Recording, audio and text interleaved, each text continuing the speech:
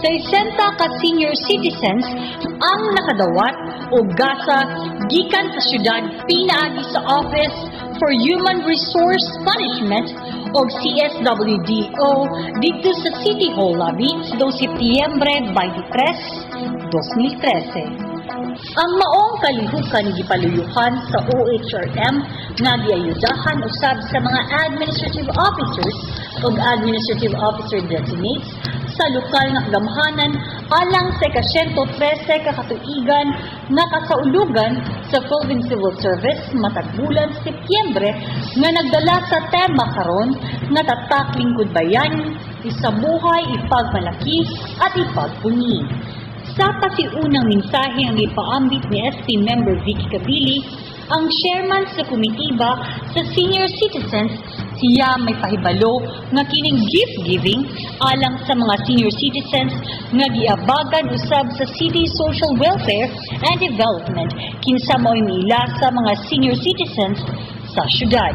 Kita, kaya doon na nakuligasa ang atong city government cabinet ni Honorable Mayor alang kanatong mangidad-idad na.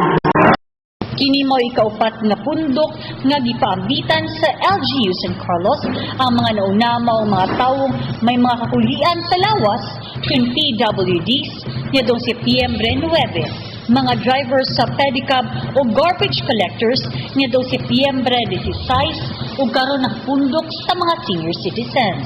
Samtang si Mayor Gingo Valmayor usab sa iyang mensahe, may pahibalo nga kining mga gasa nga gipaambit kanila gikan sa mga kawani sa lokal nga kagamhanan alang kanilang mga senior citizens nga mo'y nagsilbing nanguna sa henerasyon sa syudad o nakatapang sa pagpalambo niini tungod kay sila mo'y naghulma sa katilingban nga karon gipuy-an sa tanan. Sa ngalan sa mga kawani, siya nang hinaot nga bisan unsa kagamay sa gasa, unta kini makahupay sa ilang panginahanglan. So karon sa ipabot kanino nga mga manunulong nino sa pulit niyo sa inyong kailangan ng mga Pinoy.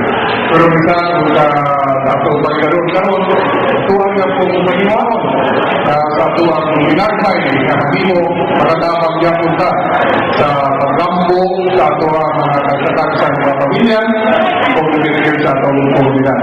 So bisa hinay-hinay na basta na nagyapon. Hinay-hinay basta kanunay kapag pinamagay sa usang-usang.